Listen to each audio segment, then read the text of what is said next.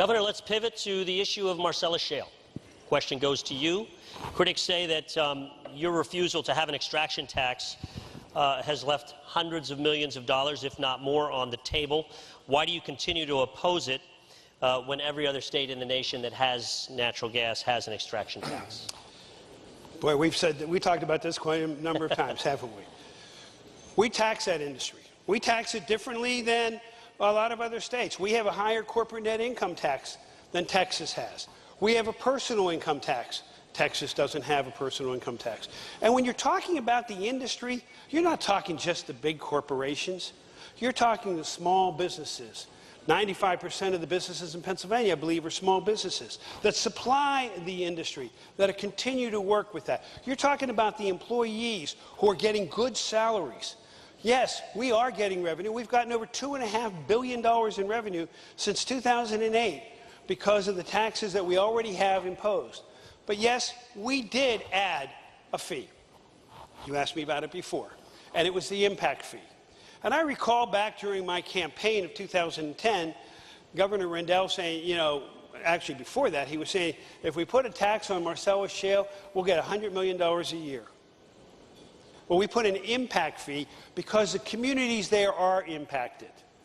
And that impact fee in the first year brought in over $200 million. In 3 years, it's brought in over $636 million that is shared with the communities and a little bit to the state. It's gone to every county in Pennsylvania, so we do get that revenue. No other state has an impact fee on natural gas. We're the only state. But I look at it this way. We're trying to grow a relatively new industry here in Pennsylvania. We're trying to attract businesses. High taxes does not attract business. I think everybody in this room would agree with that.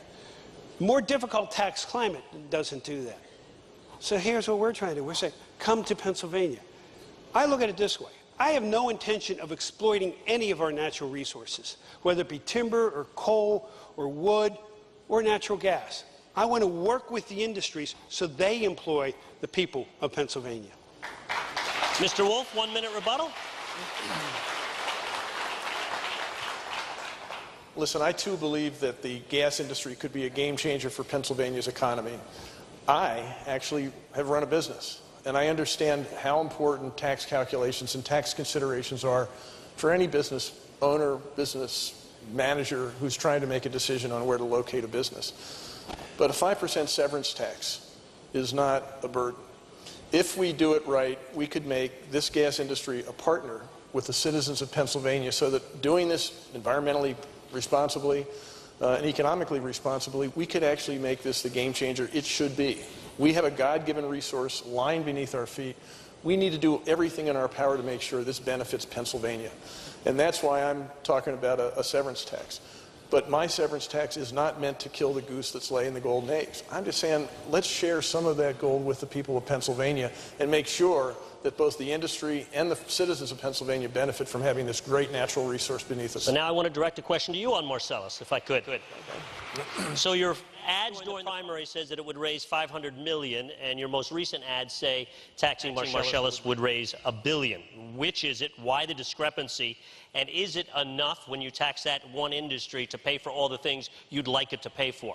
It's not enough, but the reason for the change is that since I first started talking about this, and I thought the number was around $600 million, we have more wells, we actually have a higher price, and so the estimate that I have seen most recently says that that would raise about $1 billion. I don't know. I don't have a crystal ball.